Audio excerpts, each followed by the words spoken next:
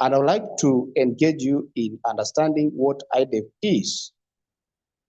IDEF Africa, known as the Advanced Initiative for Innovation and Development, is a solution-centered development organization with the goal of establishing innovation geared towards accelerating sustainable development in developing countries. Our mission as IDEF is to become a leading provider of development solutions in Africa with the mission to innovate solutions to accelerate sustainable development. We believe as IDEF that our innovative and holistic approach will help communities to achieve their full potential, and we are committed to making a positive impact in the world.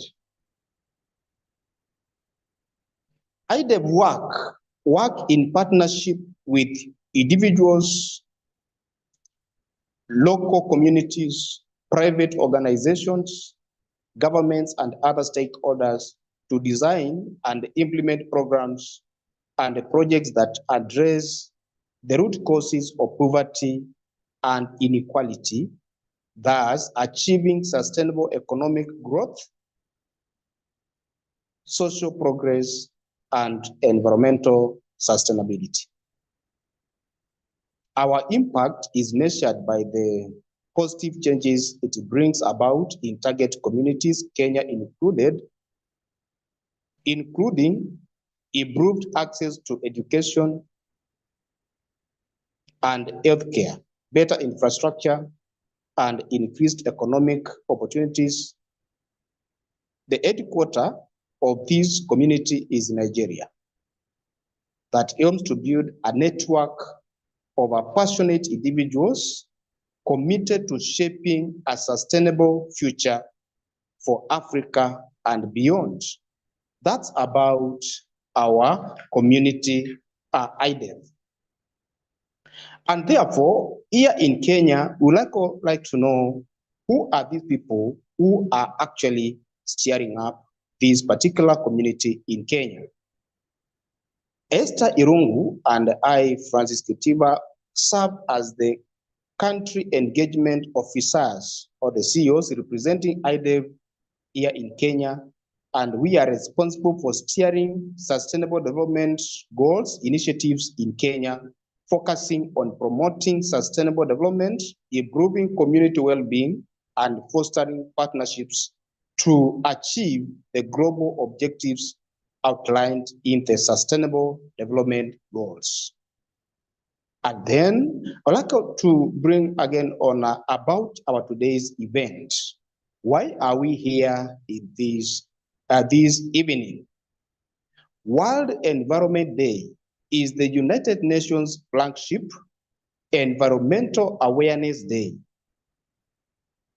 In 2025, it focuses on ending plastic pollution, and our community, IDEF Africa, is leading national conversations around localized, innovative, and circular economy-based solutions through the theme of Clean Africa, Green Africa, turning the tide on plastic waste through circular solutions. That is our theme that we have developed through IDEF here in our country, Kenya.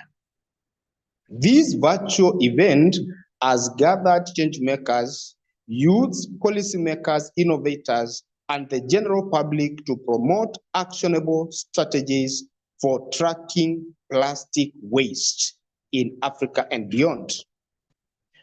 As IDEF community is committed to empowering change makers, driving innovations, and promoting sustainable development across the continent by providing solutions, a platform for collaboration and opportunities for growth.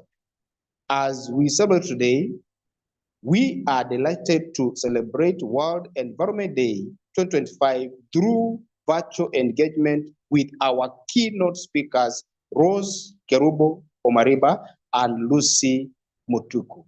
Let's give a round of applause through a reaction side to our keynote speakers today. And again, after getting this, we'd like to know who are these keynote speakers that we have today. I begin with our first guest, that is Rose Kerubo. Who is this Rose? Rose is a social transformer and a champion of sustainable development goals. Number 5, number 13, 14, 16, and 17.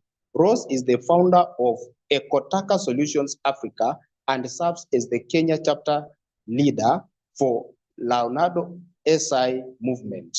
She embodies qualities such as leadership vision, innovation, resilience, and a deep commitment to social change.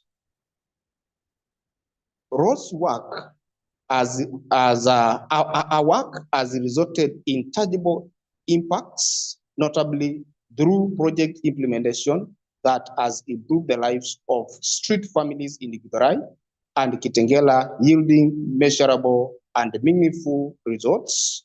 Rose has also demonstrated strong advocacy and policy influence, both local and international levels, participating actively and contributing to forums such as the United Nations Commissions on the Status of Women, Rose, that is Consultative Partnership Meetings, CPR, and the 29th Conference of the Parties to the United Nations Framework, Conventions on Climate Change in Baku. Innovation is a core aspect of our work. She leverages technology, storytelling, and creative community engagement to foster transformation. That's about Rose Omariba Kerubo. Our next guest will be Lucy Mutuku. Who is Lucy Mutuku? Lucy Mutuku is an award-winning youth advocate, public policy, and a youth specialist, entrepreneur, speaker on matters SDGs, and energy enthusiast. She serves as the CEO of the National Youth Caucus Kenya, a leading youth-led organization focused on economic development. With her extensive experience in public policy governance and human rights, Lucy is passionate about empowering African youth through entrepreneurship, mentorship, and policy advocacy. She has led the Africa Youth Development Caucus across over 30 countries and possesses significant expertise in fundraising and leadership.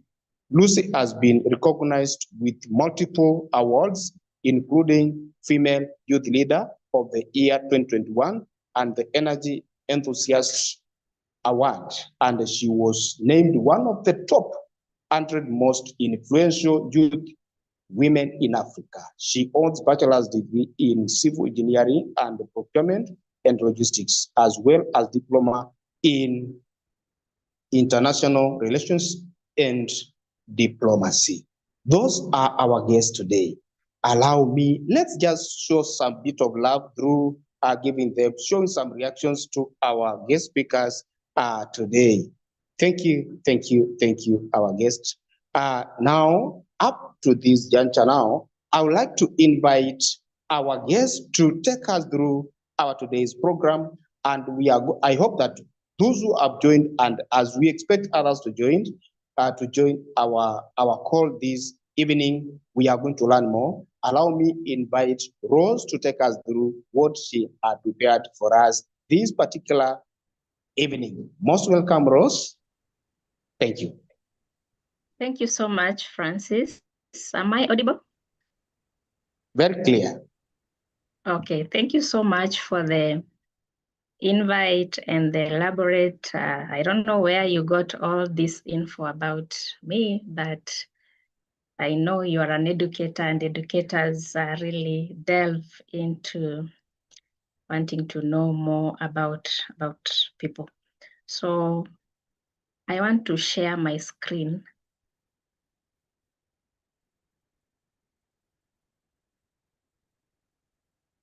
Francis, am I Okay, allowed somebody to is working on that. Yeah, you can share the screen.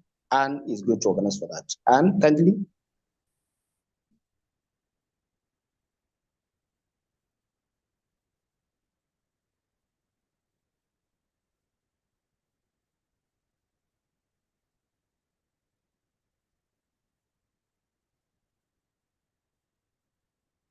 Rose, you are okay now? Rose, it's okay now? I think so. Can you see it from your end? Yes, it's okay, very clear. Okay. Thank you so much. And today we marked the World Environment Day on 5th, but this conversation is coming on a timely and at the best time. So as you've heard, my name is Rose Kerubo Mariba. I'm a master's student for social transformation and sustainable development in Tangaza. So as our topic or our heading, Turning the Tide, Community Engagement and Youth-Led Solutions to Plastic Pollution in Africa. I normally deal with grassroots, people at the grassroots, because I believe most challenges or most problems are always at the mass. And this mass is engaged with the women, with the youth, people living with disability, the vulnerable. And I don't have an environmental background, but all this is done out of passion. And also when you get to have different leadership roles, you find yourself trying to come up with solutions that are enablers to solving problems at the community level.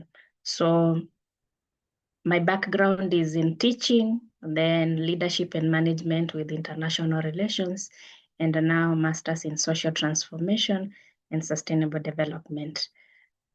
To delve into the topic that is beating plastic or ending plastic pollution, we look at it from the African perspective.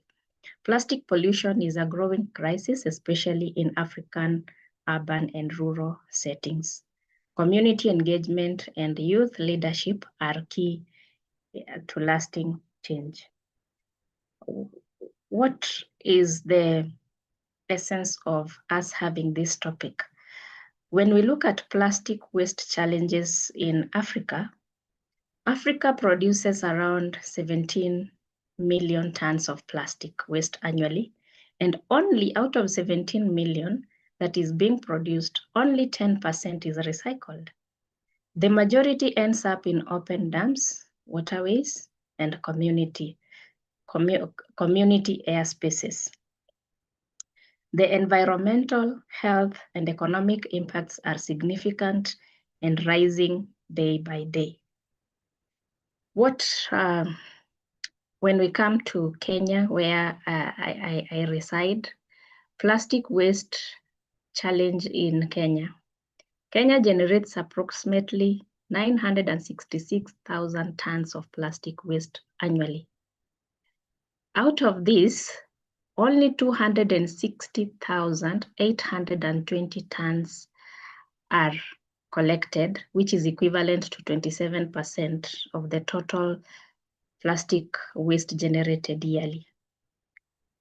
And then out of that, 77,203 tons, which is 8%, are the ones that are recycled.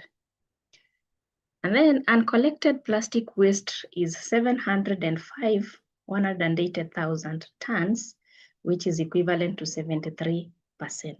Imagine 73% is just lying somewhere in our area, in our places. And because we don't see the value of that, and we think all this is the responsibility of the third person, we just leave them there lying. But all said and done, these figures highlight the challenges, the system gaps, and opportunities to be tapped to solve this crisis. I believe that all of us that are in this call are looking at what opportunities exist in all this. Yes, the production is there, we are using them, and what can we do so that we reduce the crisis? What can we do so that we don't generate more and more of this? Looking at why is the community engagement, why does it matter a lot to engage the community? Local communities are closest to the problem and best placed to act. Remember, the people that we know or we see have no idea of what is going on. They really have much. They are co-creators. And when we engage them, we get solutions faster because they own the process, they contextualize its relevance, and then they act towards sustainability. And that is our major goal in all this. So how do we bring in the youth? Youth as agents of change. We know that young people bring innovation, they bring energy and a network. I'm a millennial, and what we are struggling with as millennials is moving from the traditional way of doing things towards embracing technology. And you know, it takes a lot of time for an old person to accept or to enter into all this. The youth's involvement spans with startups. They really have good startup ideas and green business. They are very good at digital campaign and awareness drives. They are also ready to volunteer in different programs and school initiatives. So you see how the youth is a person who really is, who can be involved in all this. When we go to the community-led actions, now this is where the rubber meets the road. What happens at the community level? Local cleanup drives and plastic recovery campaigns, establishing waste collection points in underserved areas, workshops on plastic sorting, reuse, and safe disposal, promoting refill and bulk buying systems. All these are activities that are done at the local level. But you find out that as much as all this happens, the people at that level are never motivated. Why are they not motivated? Because less resources are always aligned to all these activities that take place in the local level. How do youth have participate in the circular economy initiatives? They do plastic upcycling into eco products like bricks, arts, furniture. There are groups that are really making good furnitures out of plastic bottles and all that. Then there is also creation of youth-run collection and recycling hubs, community education through skits, social media and events, peer-to-peer training in schools and universities. Remember, we saw that the youth have the energy, they have the creativity, they also have the time. And when we engage them, all these solutions can be at our disposal. And then real impact when we use the youth and also the community. We have local youth groups have helped to reduce plastic litter in markets and riverbanks. Urban eco-hubs are converting waste to wealth. We have a slogan, Taka Taka ni Mali, waste is wealth. Community barter system exchanging plastic for food or supplies. Youth mapping plastic hotspots and influencing local policy. Because they have the energy, they can maneuver all over. So even understanding and knowing which area is producing more is of great essence to the youth. Aligning, how do we align all our work with the Sustainable Development Goals? SDG 11 talks about sustainable cities and communities. All the other activities that we do, the cleanup drives, the capacity building, the awareness about taking responsibility on good waste disposal, it's to support clean, inclusive, and sustainable urban environment through effective waste systems. Remember, we cannot purport to be happy when the city we are in is not livable. So we need to make our cities clean so that they are livable. SDG 12, responsible consumption and production. We endeavor to encourage circular economy practices that minimize waste and promote reuse. This consumerism. And SDG 13, climate action, that is by we reduce plastic-related emissions and strengthen resilience to climate change. SDG 17, partnership for the goals, strengthening collaboration among communities, youth, government, and private sector for systemic change, like what we are doing with IDEV. This is a partnership so that, because there are people that IDEV know and Rose knows, and when we bring this together, we partner and we co-create and we have solutions for the challenges that we are going through. What are the key challenges that are happening or going on in this sector? Limited access to recycling infrastructure. True, that's why you see a bigger chunk is never collected. And also, if we look at the design, some plastics have been designed in a manner that they cannot be recycled. So if they cannot be recycled, nobody would want to go and participate in an activity that is not giving any return. And then there is inconsistent enforcement of plastic bans. 2017, our Kenyan government banned the polythene bags. But when you go to the market, you find they are still present. You go and you find yourself being packed up some mandazis, milk in a polythene bag. So where did the enforcement officer go to on the ban of these plastic bags? Funding gaps for grassroots initiatives. No much funding goes to the grassroots because as resources are very scarce, you find that that part is really neglected. And also lack of youth inclusion in formal planning. We believe that, or there is the saying that youths are leaders of tomorrow. So we don't need to engage them here now because their tomorrow will come. But remember, their tomorrow is now. So we need to have this conversation and engage them because they really have immense ideas they can bring on board on how to solve different challenges. What is our strategic recommendation? We recommend the strengthening support for youth-led innovations.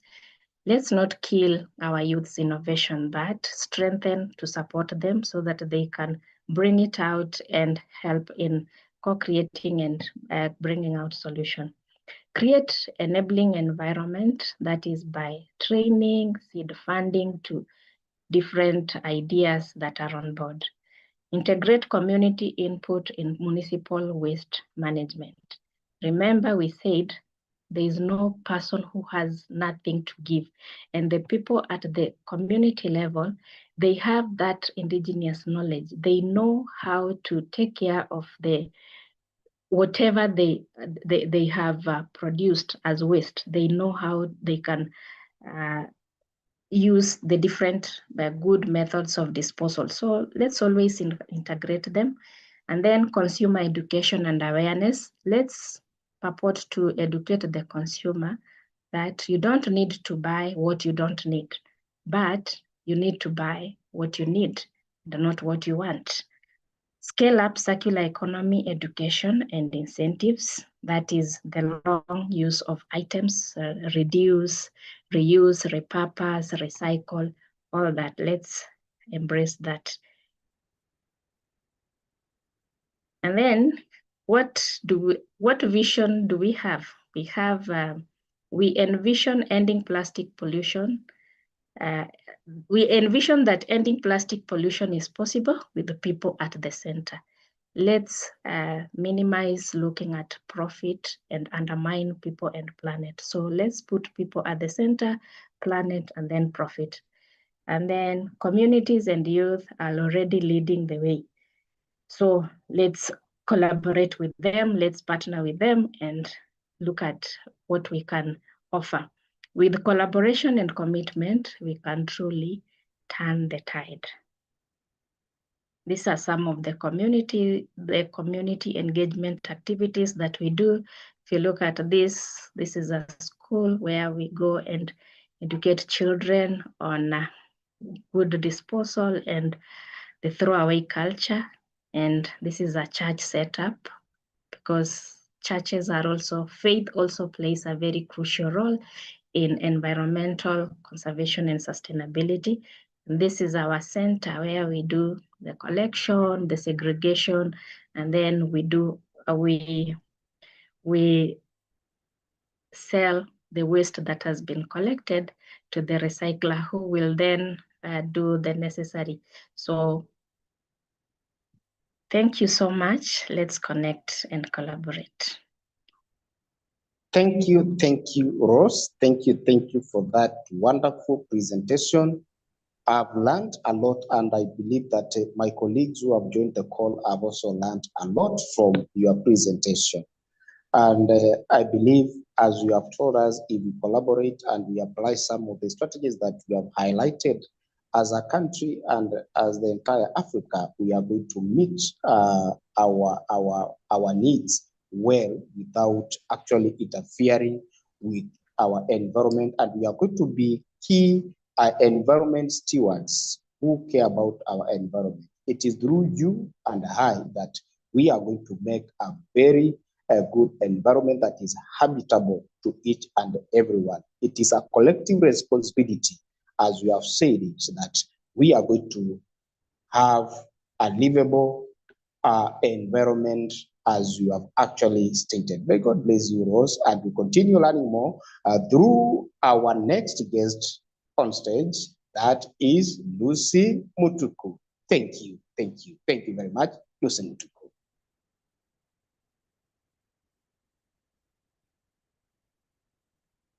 Thank you so much, Francis. I hope you can hear me. We are getting you loud and clear, Lucy. Yes, we can, Lucy. Thank you so much, and thank you so much, Rose, for the wonderful presentation. That was fantastic, and I'm also glad to be learning from you. So my name is Lucy Mutuku, from the National Youth Caucus Kenya, or rather the Africa Youth Development Caucus. And it's such an honor to be invited here to share, whereby it's also a moment for us to learn, relearn, and unlearn some of the things that we've been carrying for such a long time. Because we would be asking ourselves, but why are we having this conversation at such a time? I am not maybe in the climate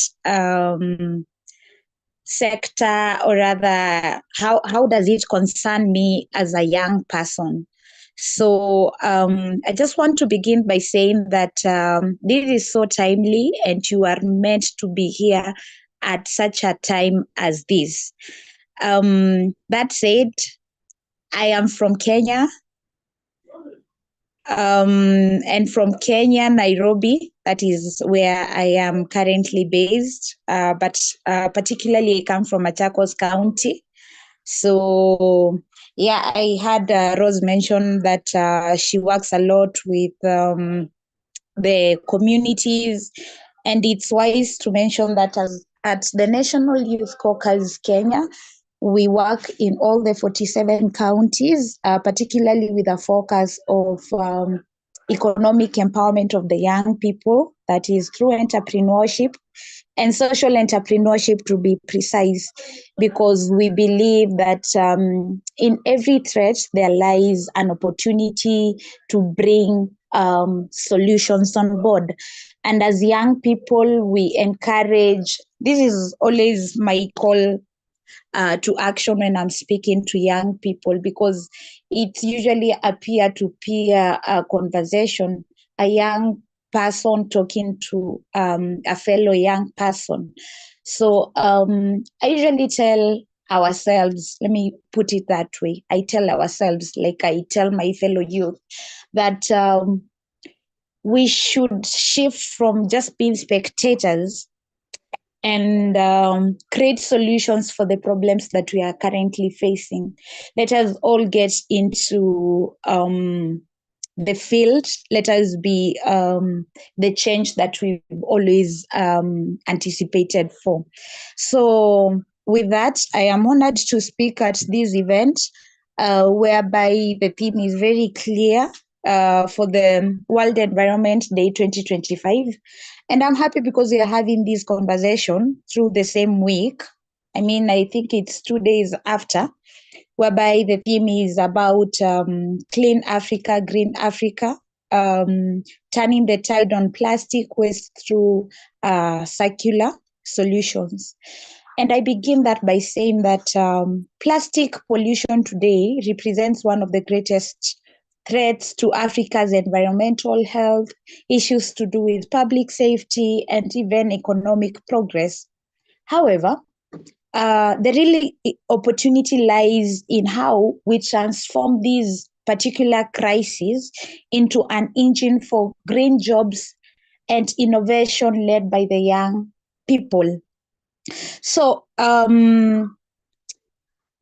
I want us to begin with tackling some of the hard truth, and I'm happy because I always love dealing with statistics, because with statistics we get the true picture of the crisis that we are in. And I'm so happy because that is what Rose did, whereby just imagine Africa generating over 17 million metric tons of plastic waste every year. And this number apparently is growing by 5% annually. Just imagine that. With this, we have more than 70% of the waste in Africa mismanaged. Either it's dumped in an open landfill or it is burned, contributing to either air, soil, or even water pollution. Imagine only 11 to 12% of these plastic is formally recycled. But now, let's even make it more personal. I know by this point, maybe you are so angry, but just imagine this. Over 60% of the Africa's population is under 25 years.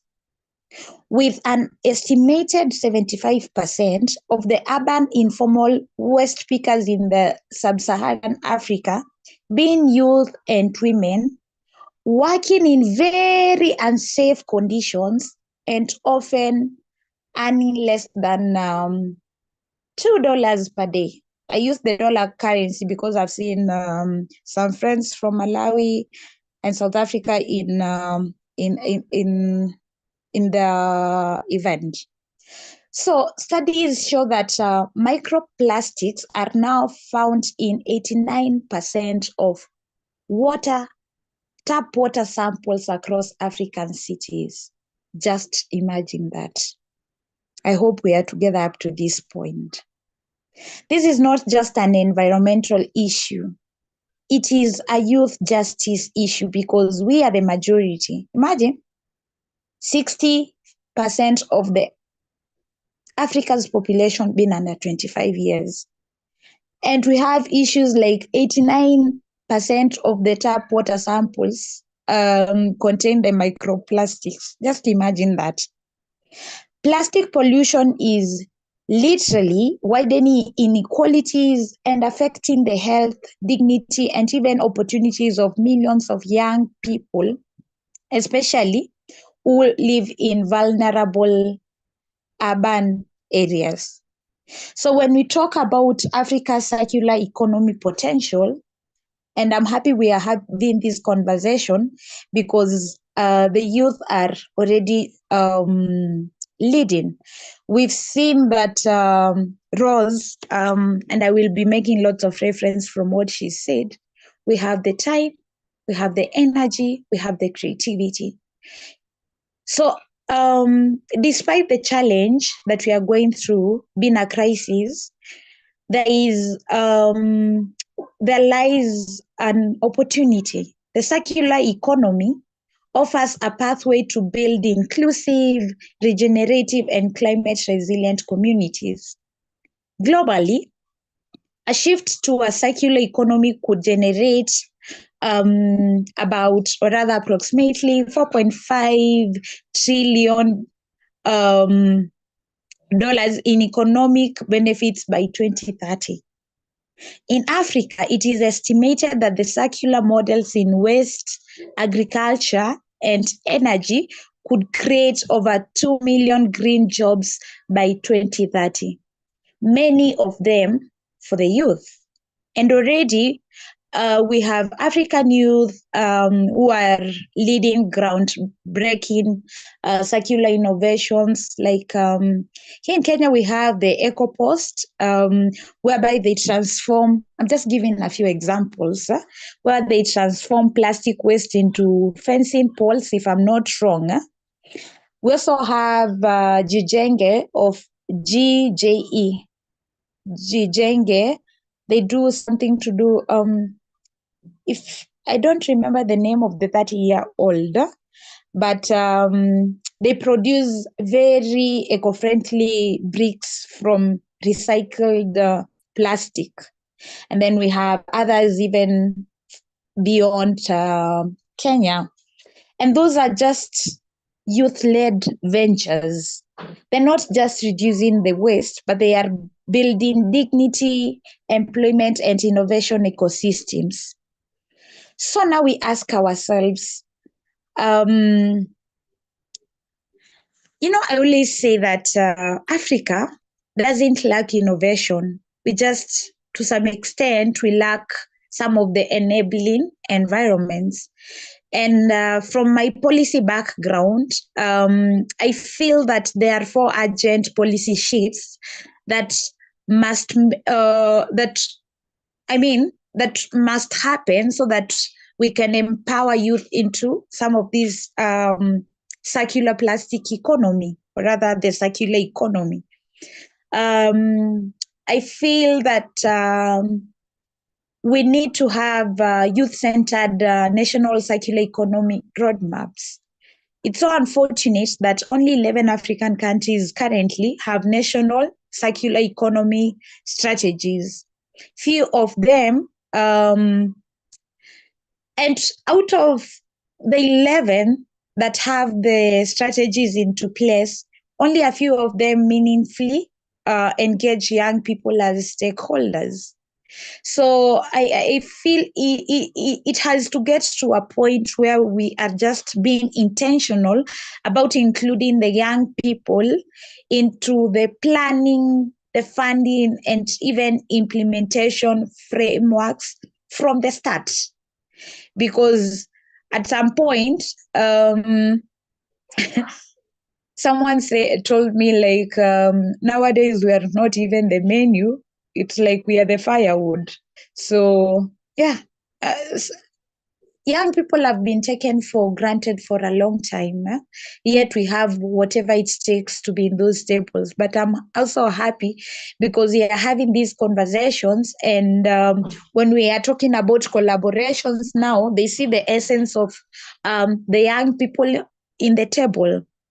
So I also feel like we should have plastic regulations that enable, not punish. Just the same way it was said that, for instance, here in Kenya, a few years ago, those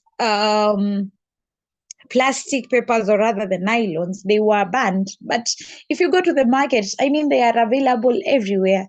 So in other words, looking at some of the statistics, we realize that more than 30 African countries have introduced single-use plastic bans. While this is really commendable, enforcement remains very weak, and that is why when you go everywhere, you will find some of these commodities that have been banned. So I feel that is a need for us to invest in local production of biodegradable packaging, and train even our informal vendors how to transition sustainably. I always feel like transition should always be done in a sustainable way. For instance, I am so big in the energy sector, and someone cannot, as much as we want to get into the clean cooking sector, we cannot just wake up today and tell people, today, I just don't want you to use your firewood anymore. I want you to use a clean cooking mechanism. Or you see, it has to be a process, and you have to get everyone into the chain and make them understand, why are we doing this together? What is the need for this? And that is the only way that the transition can be very smooth.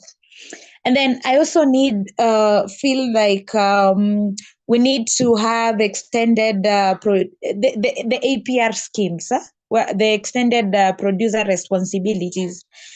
Countries like Rwanda, yes, and Ghana are piloting the EPR laws that hold manufacturers accountable for their plastic lifestyle. This model can unlock financing for youth-led collection and recycling enterprises. The EPR could also create up to, I think, 300,000 jobs continent-wide if scaled effectively. Yes, the EPR schemes. And now we need to make a shift and ensure that there is green youth innovation funds. Governments and development partners should allocate at least 10% of the national climate and entrepreneurship funds, especially to support youth-led and even women-led green enterprises. It's so unfortunate, like today, if you have an innovation, some of these bodies set aside by the government to support young people will even ask. I remember one of the projects that got into the market, I think late last year. Yes, late last year was project by a very young lady. Her name is Mercy Kialo.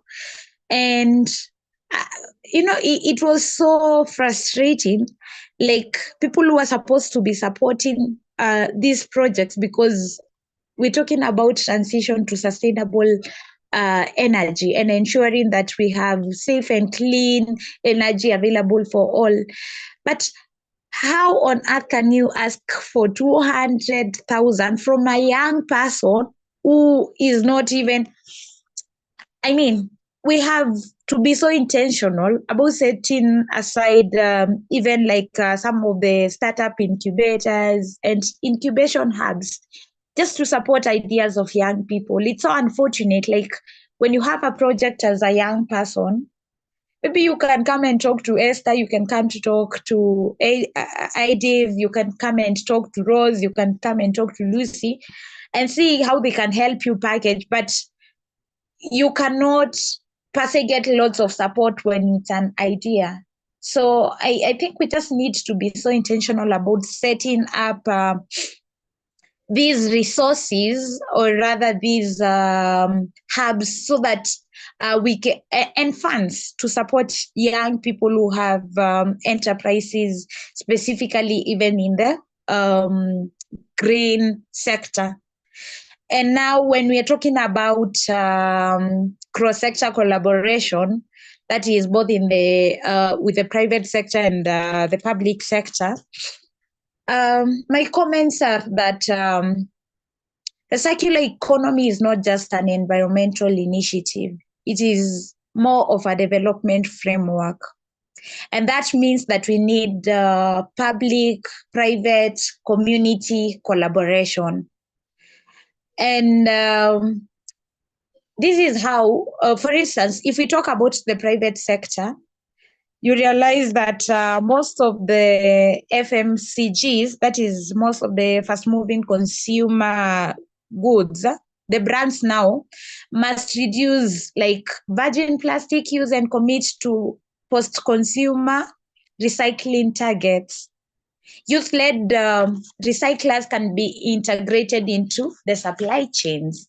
And then we have other development partners can provide grants and even technical support for youth circular economy hubs. Honestly, that is so key. And then we can have like our local governments can establish buyback centers, especially in the informal settlements, where residents can even exchange plastics for things like food, water, or even some of these services. For us to transition sustainably, I feel that we will have to incentivize, or rather bring incentives for young people, because if I know, like, if I give this plastic back, I'm going to get something in return. Why will I have to leave it there? I mean, I'm gonna take it where it's supposed to be. So and then come think of it, today we are having a discussion about the AfCFTA, that is the African Continental Free Trade Area.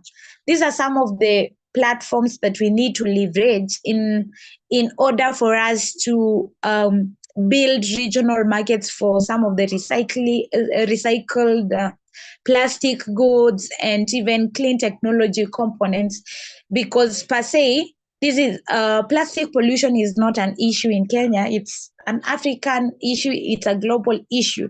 So if we can create those regional markets, or rather, if we could be intentional about our regional integration, then it's going to be a win-win for everyone. So as I conclude, some of the very practical steps forward as for us to, as we turn the tide, is number one, we can mainstream circular economy into education. Imagine only 3 out of the 54 African countries currently teach circular economy concepts in either high school, what is called the secondary, or rather the tertiary education. So we must get to a point where we must integrate these into even our TVETs and entrepreneurship curricula to prepare youth for the green economy, because per se, this is the future and this is not something that we can evade or rather run from. And also we can also create national databases for plastic waste, whereby we have reliable data on plastic flows. These will enable very smarter policy and even better investments. And then formalize informal waste workers, whereby across Africa, informal waste pickers recover up to, if I'm not wrong, 60% of the recycled plastic, yet they remain excluded even from the labor laws and health protections. And then we need to amplify youth voices in decision making. Youth, I think it's the former president, not I think, I believe it's the former president of the Republic of Kenya, who said if we don't harness the young people, it's going to be a disaster. So I'm happy because with the AU's 1 million next level initiative, whose aim is to create 1 million opportunities for youth in the green economy by 2030. But now the question is, we are not even usually short of ideas, but when it comes to the implementation of all these, it's where we draw the line. So this is a call for us to even align the national plans with this vision, and most importantly, see how we can hold our governments accountable to include our youth in every plastic policy table. Because truth be told, we have young people in the sector, we have young people who are doing what is really required of them. So I also feel it's so right for us to always have the voices of young people in every table. So, dear friends, dear brothers from Kenya and from every part of the world, ending plastic pollution in Africa is not only possible, but it is necessary and it is so urgent. However, this cannot happen without the youth at the center, as entrepreneurs, as activists, as policy influencers, and even as innovators. A clean Africa really means a safe, a healthy environment where young people can breathe, young people can learn, and young people can grow. A green Africa means economies empowered by sustainable jobs, powered by waste to wealth innovation, and powered by the passion and creativity of our youth. We cannot wait until 2030, or rather we cannot wait until 2063 for the AU Agenda 2063. The solutions are here, the innovators are ready, and the future apparently is now. So together, let's turn the tide on plastic, and let's do it together. Thank you so much. Wow, wow, wow. I think we have again gained a lot of insights, invaluable insights from Lucy, topping up what we were served with by Rose Kerubo. And I think we have again learned a lot. As Lucy was presenting, I have actually come up with the question that I was just asking myself here. Because the two speakers have actually delved into our discussion so well today. And then we need to ask ourselves, how are we going to achieve the Agenda 2063 as Africa? Are we going to place Africa, Kenya included, where it should be in 2063? Sorry. There are so many questions that Lucy has talked about here, and that we need to ask ourselves. We need to harness the expertise that the youth have. Youth have a lot of expertise, and they have also emphasized very much on collaboration. This is not an individual duty. It is a collective responsibility of you and I. We need to come together. The role of the government, what is the government doing to make sure that as youth, we have harnessed what we have to better our environment? That is the key area. Lucy has also talked about a policy that was the ban of plastics in Kenya, for instance, that was placed in 2017 by the government of Kenya. But again, I was asking myself a very simple question. What is the government doing? Is our government sleeping? Are we sleeping? Are we questioning the government for not actually making that ban live, so that now we can avoid this kind of plastics being all over? Because you have seen what Rose had presented to us, and the pictures that Rose presented to us, and what even Lucy has talked about. We need to ask ourselves very critical questions. Who is dropping the ball? Is it you and I? Is it the government? Is it our parents? who is failing us as a continent, who is failing us as Kenya. And therefore, having listened, I would like to appreciate the two speakers again for a very good presentation. And I welcome this time for our participants to ask questions, if any, so that our guest speakers can actually respond to them. So our participants, those who have joined the call, you are free to ask any question that you feel is pressing and need to be addressed today in this particular call. This is your time, our participants. Thank you.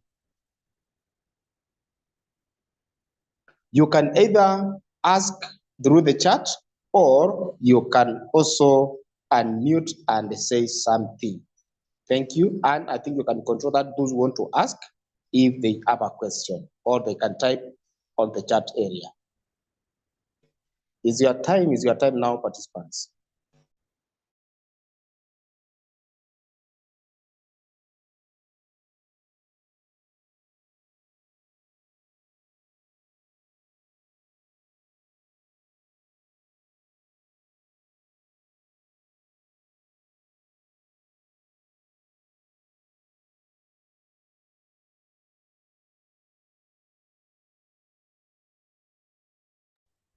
You can type the question, colleagues, so that we save on time.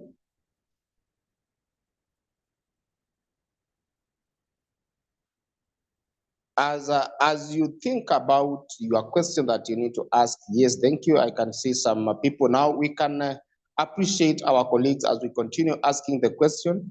We can appreciate our speakers for the good work that they have done to us this particular evening through some reactions here there. You can also place your comment on the chat zone of appreciating them and commending them for the good job that they have done today.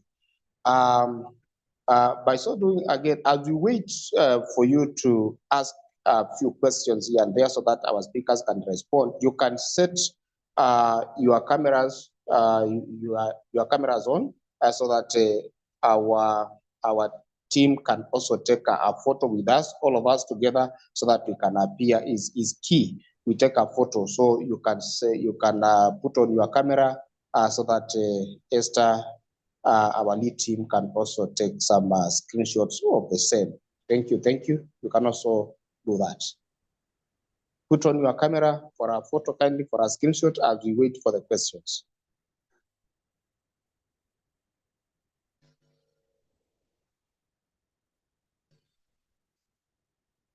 Put on your camera, colleagues, so that Lucy can work on that. It's good to have a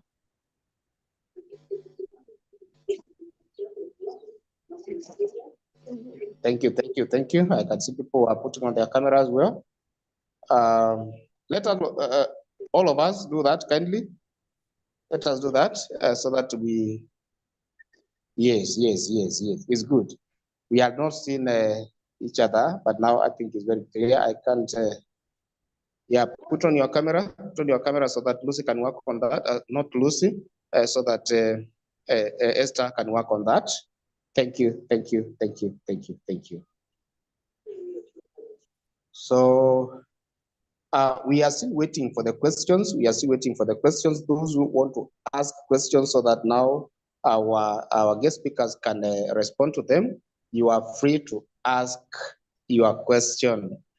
Those who had not seen Lucy, I think Lucy is there again, because I know some people were asking, where is this Lucy? So Lucy is that one. Now you can see Lucy very well. So I think, Esther, you are done. So without taking much time, I think if there is no question maybe coming from our participants, I give this opportunity to, if there is no question from our those who have joined the call, I think you have learned a lot, but I would like to take this opportunity to invite Esther Irungu Nyambura to wind up everything. Esther, you are welcome. Thank you. Thank you very much, Francis, for the invites. And once again, we extend our sincere apologies for the initial delay, and we are grateful for your patience. And as Francis earlier mentioned, I'm Esther Irungu. I'm a country engagement officer working with IDEV Africa, and I represent IDEV in Kenya.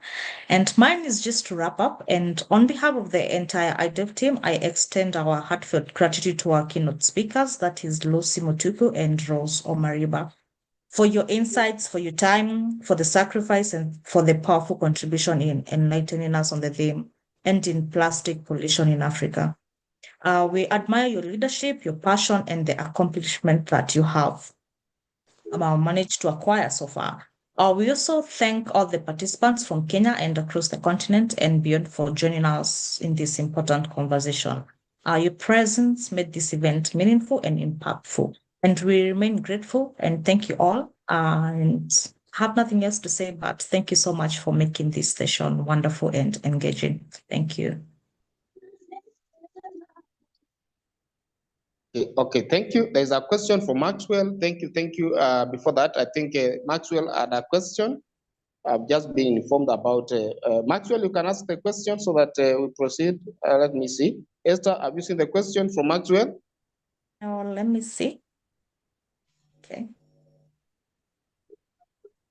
No, I don't see a question mark. I don't see it's in the charts. I don't see it. I'm just being informed by the team. I think his hand is up. Maybe he wants to ask the question in person. So okay, thank you. Yeah. Maxwell, are you there? For the great conversation, and thank you, Lucy. I just came in when Lucy was doing the presentation, and I love it. But my concern will be in the implementation of the bans. We've had the ban since 2017, like she was saying, but how do we bring in the youth to be able to help in the ban? Number two, when the youth are maybe educated or maybe sensitized, what is the measures to see that all these youth, because I know of a program whereby youth are sensitized, but they don't follow whatever they're being told. They're just there for the purpose of doing it. How can we make it real, like have a real conversation to be able to instill these things into the youth to make sure that plastic is harmful for our ecosystem? Thank you.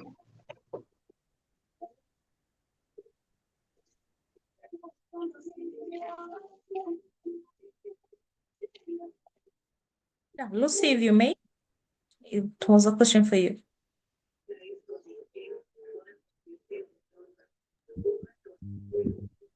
All right, thank you so much, Maxwell, for the question. I think if I got it right, the first question on how we can ensure that the implementation of the bans, we bring in the youth in the space, right?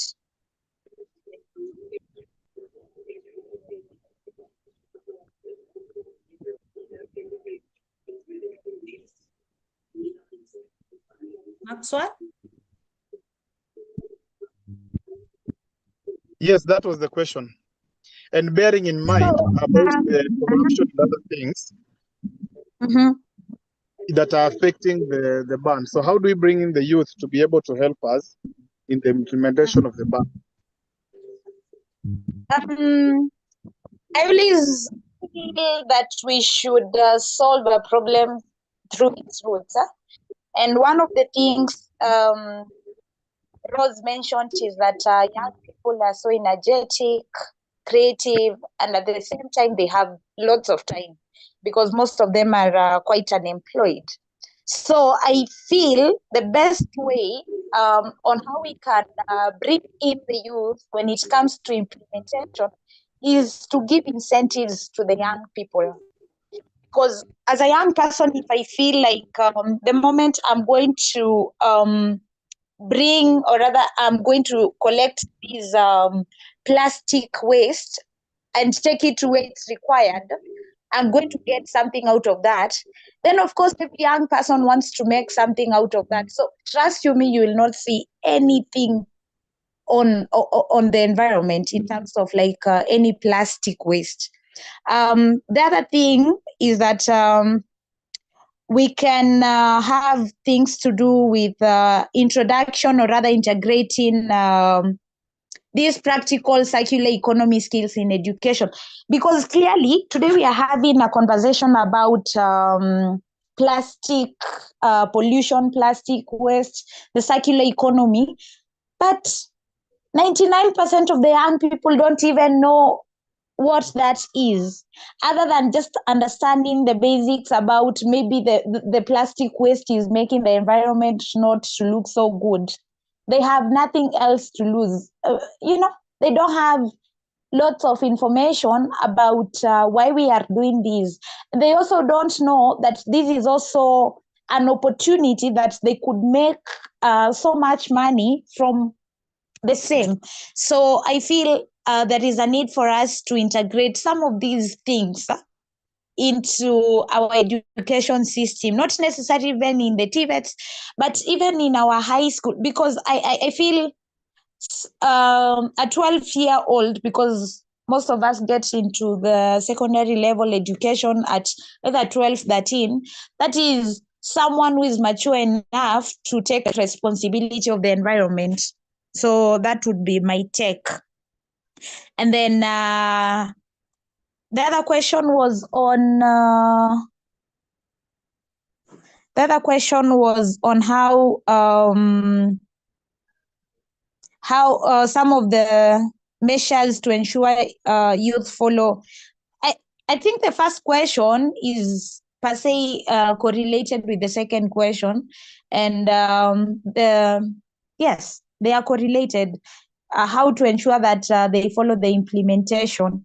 And then the other thing is that young people love things that are, fun at the same time. You don't have to come and lecture me why I need to do 1, 2, 3, but if you can show me some of these sassy and fancy ways of how I can do the same thing without seeming as if you're trying to push me into doing it, like just tell me, you know what, Lucy, if you do these 1, 2, 3, you're going to, this is how you're going to benefit in terms of a healthy environment, a clean environment. That is also an opportunity for you. It's going to be done, other than you just pushing me and telling me you have to do this. Most of the times I'm going to object, and then we can also have like peer networks. I believe that peer-to-peer conversations work perfectly well, because you see, just as I was trying to say, that most of these government messages, per se, they don't resonate with young people, but peers do. So if we can even work with local content creators, student leaders, even TikTok influencers to popularize things like plastic-free lifestyles, and even support youth-led campaigns such as music, some kind of humor, some kind of, spoken word and drama to spread this awareness, whereby it's youth teaching their fellow youth in our own language, in our own style, and in our own platforms. I think that is, we just don't need the youth to follow the rules. We need the youth to own the mission about plastic-free environment. We need them to own the mission. We need us to lead the change and us to build the solutions. So, yeah, thank you so much. I hope I answered your question, Maxwell.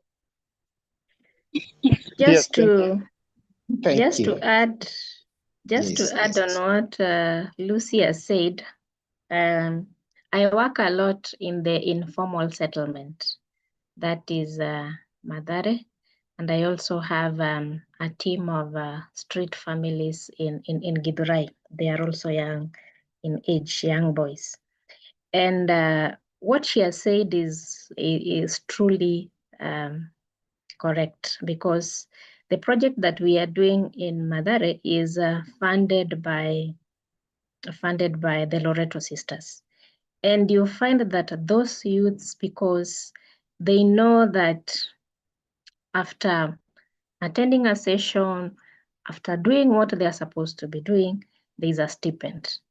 So we've really gone and traversed Mathare as a sub-county. And for the first time in the first quarter of 2025, during the health reporting, there was no case that was reported of cholera from Mathare. And that is because we didn't go there as saviors. No, we went there as collaborators, as co-creators. So we asked them what really is ailing the community. And out of very many ideas that were they delved down into waste management. Okay, we do the waste management as a whole. But currently the sub-county environment officer, the chiefs there, the people have come together, the youth are very passionate because they understand their people. They know the language of the people. What we've taken to them is the knowledge on how to do it, how to go about it. But remember, they have the solution. So all those, imagine, we didn't even do a letter for them to go to those schools for sensitization, but we gave them the tips on how they can approach the head teachers, head of institutions, and pass the word to those children. And that is what they did. So I know the bigger challenge is on incentivizing the people that are in the space. If we have different incentives, it must not be all that much, but when we pose in the idea of, if you look at your area, like the model we use in Mathare is they want Mathare to be Muthaiga. But then we ask ourselves, how can we make Mathare to be Muthaiga? Is by doing those small things that matter a lot. And definitely what makes them even more passionate about is because of the stipend that they get when they attend to those public functions, they attend to the cleanups, they attend to community sensitization.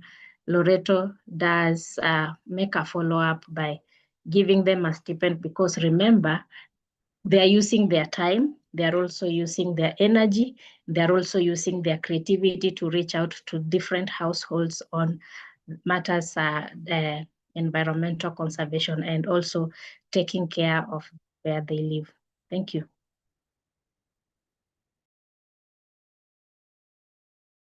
Wow, thank you for that great response from the two speakers. I think Maxwell, your questions were addressed well by our speakers. Allow me, first of all, reach our program a bit, because our host team is here, the IDEF team is here. It's always good to give them a chance to say a word before we close everything. So the IDEF team, any member from IDEF team, is your time maybe to say hi to our people in Kenya. IDEF team, most welcome. Thank you so much for the opportunity. Francis, well done with Esther. Thanks for making this a success. It's been wonderful. I sincerely want to appreciate, and to our speakers. Yes, you did great justice to the topic. Lucy and Rose, it's wonderful, the presentation, the knowledge shared. They are top-notch and excellent. I want to believe, Maxwell, your notice filled up with responses to your question. Yeah. And to every participant, thank you so much for joining the call. Once again, we apologize for delaying opening up. It's a little bridge in time.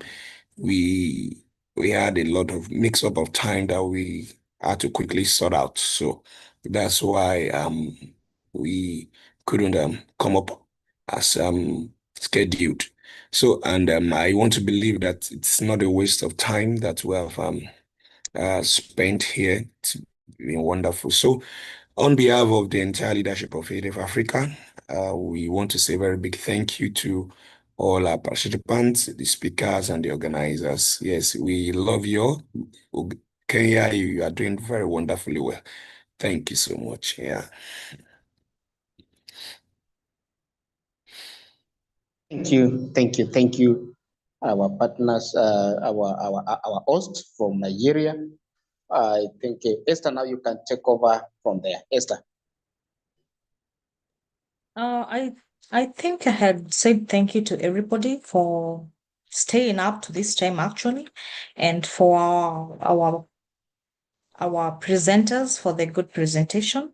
I think we can just wrap it up now. Having no other business, unless somebody else has something to say. I think we can just have a lovely weekend. Thank you. Thank you all again, as we can now leave, and these particular forums, we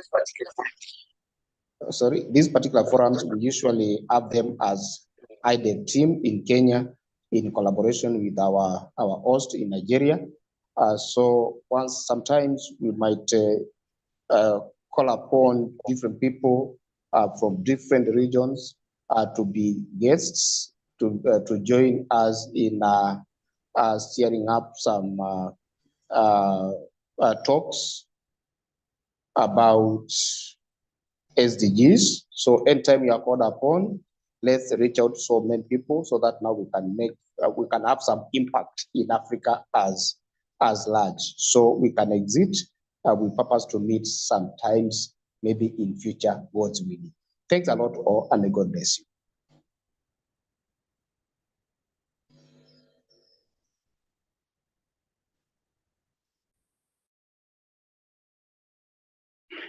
Thank you so much. Thank you, IDEF Africa. Thank you, Kenya. Thank you. Asante.